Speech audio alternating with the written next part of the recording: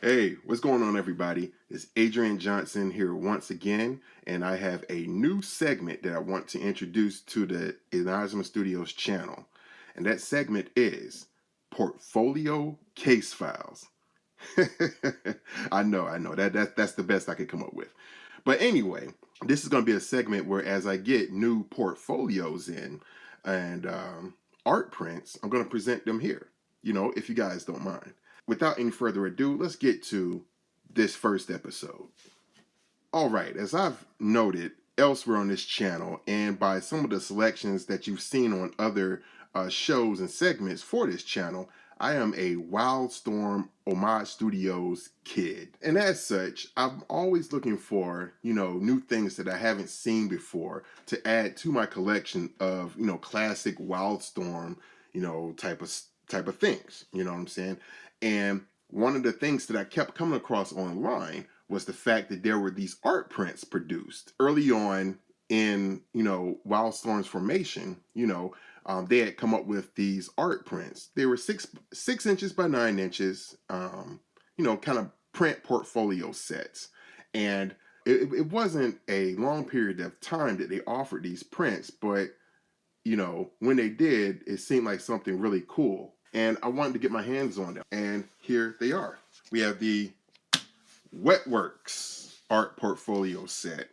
And this is, and they're numbered. There were 3,000 made, and this is actually numbered 196.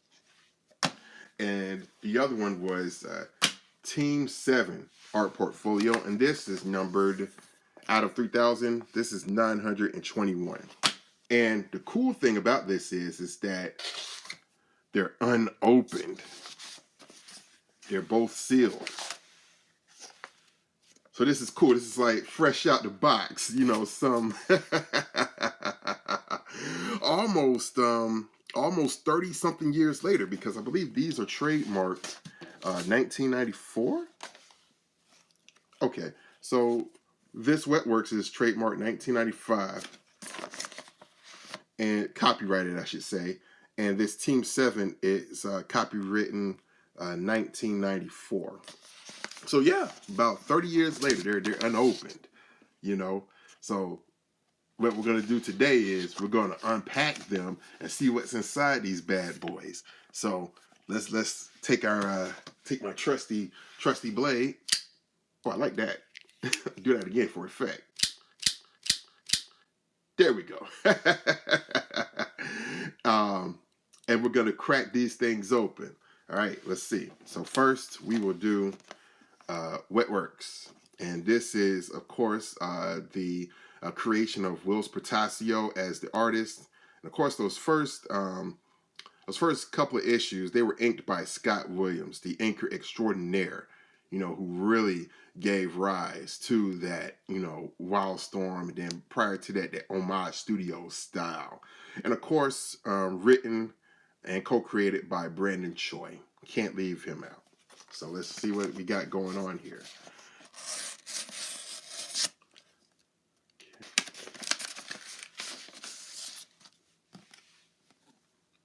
Oh man. Wow. Man. It's nice. Get that in the light right there. Nice and glossy.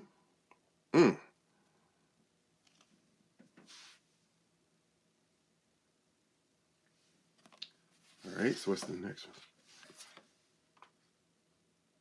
I want to say this was a cover though. I really want to say this may have actually been a cover. But man, yeah, these prints are man, this is cool stuff. And I want to say this may have also been a cover as well for one of those earlier issues. This looks really familiar.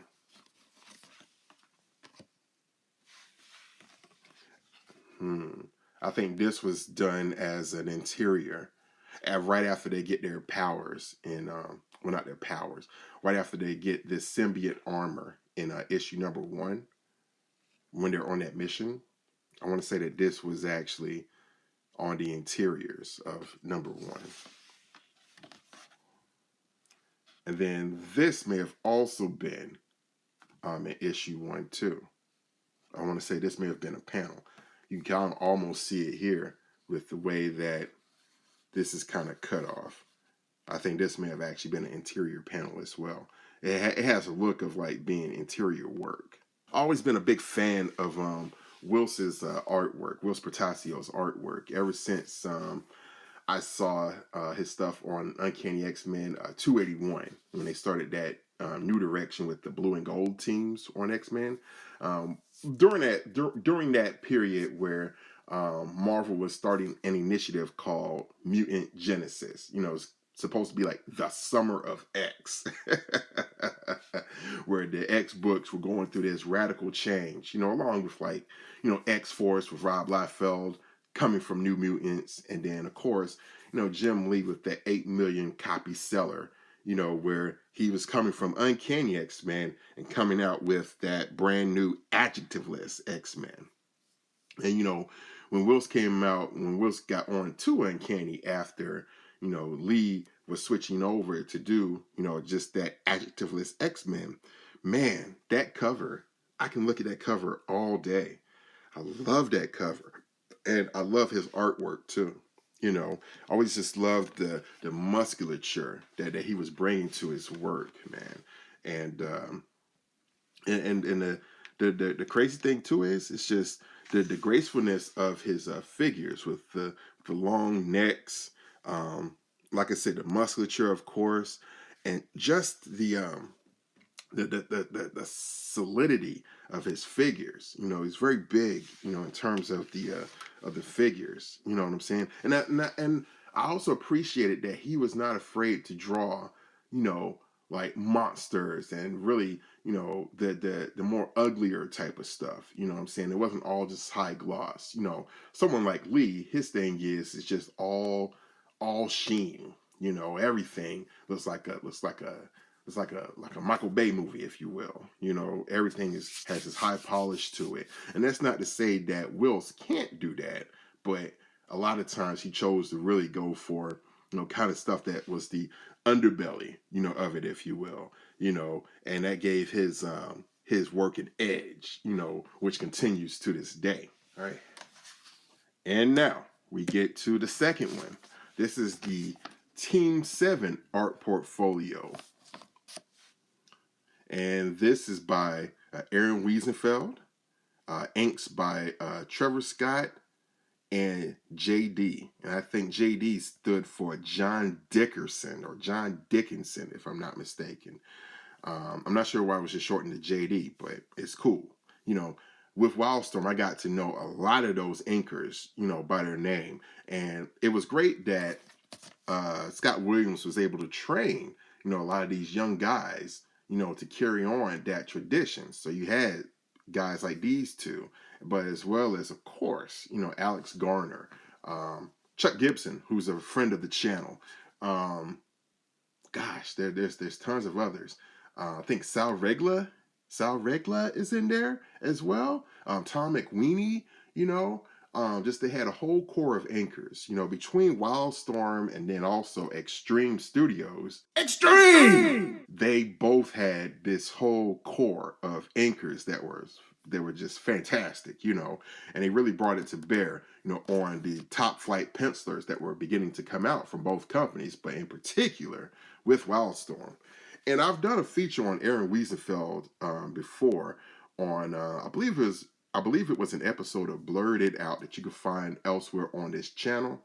But let's get into this portfolio and see what we got.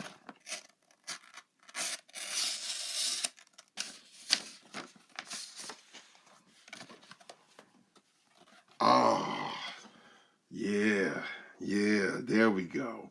Wow. Man, to have this particular image here without the trade dress, man, this is the cover for number 1 for issue 1 of Team 7. And man, I always loved this one. This one, I could stare at this cover like just all day. Wiesenfeld was really on point with this. Oh my goodness. This is the image that really got me into Wiesenfeld, way back when, when I was a kid. And man, strong. I love it. And then this was a pinup. That's funny. Like, I know all this stuff by heart. This was a pinup that was in one of the issues of Team 7. Again, another great shot. Kind of puts you in the mind of like a Hamburger Hill or something like that. They've surmounted this encampment, and now they're victorious on top and posing. Kind of like a platoon, if you will. Oh yeah, this is the splash page to issue 1, because not the trade dress, but the title of the story was right across here, right across the top. So they've eliminated that, and they've used the rest. This is a great action shot, man. Look at this. Wiesenfeld, if I'm not mistaken, when he was doing this, he was like 21, 22 years old or thereabouts, maybe 23, and this stuff is just so beautiful. It's crazy the way that he was taking in the aesthetics of that WildStorm Homage Studio style, but you can see that he was putting in himself as well. A lot of himself, and the way that he was drawing hardware and all the gear. Oh man, that's why it's so memorable. Team 7 is like the cross between kind of militaristic action, but with like superhero aesthetics. This was an interior double page splash from, I believe, issue number 3, where they go back in and they're assaulting this small country and trying to depose this despot general, and they're disembarking and charging ashore. Again, another great shot. And the thing that I loved about Wiesenfeld is that you can see him growing, within each issue of Team 7. You can see just him really maturing in print, and that was always a great thing to see, back in the day. And it's cool to see this, without it being like so close in your face. You can kind of step back from it and see this double page spread as a kind of a widescreen shot, probably more as it was intended. Okay. And then this was also an interior shot. This was in a splash page, I believe, from issue number 1, if I'm not mistaken. This is just after the guys, the team, get unwittingly, are ambushed, and they inject or get injected with, this gas that gives them or releases the gen factor within them, and causes them to have these extra normal powers. Everyone except for Deathblow, Michael Cray, he does not get the gen factor. But yeah, this was another splash, and this is right up my alley, man. I love this stuff. I love militaristic, stuff, and so that was a big thing that drew me to the series, and that is what drew me to, Wiesenfeld's work as well. And then, of course, this is the cover to issue 2. Yeah, this is the cover to issue 2, and this is Craven, if I'm not mistaken. This is Craven back here. And this is the team after they've come back, after they've been taken out of that hot zone, and they've gotten the injected with the gen factor, that gas or whatever. So they're in recovery here. And this is the issue where they start realizing that they have extra normal powers. But I always love this cover too. So yeah, so these are the 6 pieces that were in that portfolio. I absolutely loved Wiesenfeld's work during this period, and definitely beyond. Like, he was still doing interior work up through the I'm going to say the early 2000s, maybe like 2002, 2003. He had a series that, actually a truncated series. It was supposed to be longer, but it was just 2 issues of it that came out, called Guardian Angel for Image. And No interior since then, you know. But this stuff right here, classic, classic. And there's a reason why a lot of the guys at WildStorm, really looked at Wiesenfeld as like the next big thing for sure. Guys, that is the first episode of Portfolio Casefiles, and I hope you enjoyed it. And hey, I hope that, if it interests you, check out getting portfolios of your own. I'd love to hear, about any that you may have. Keep it tuned right here. And as always, I'm your host, Adrian Johnson, and I will check you guys later.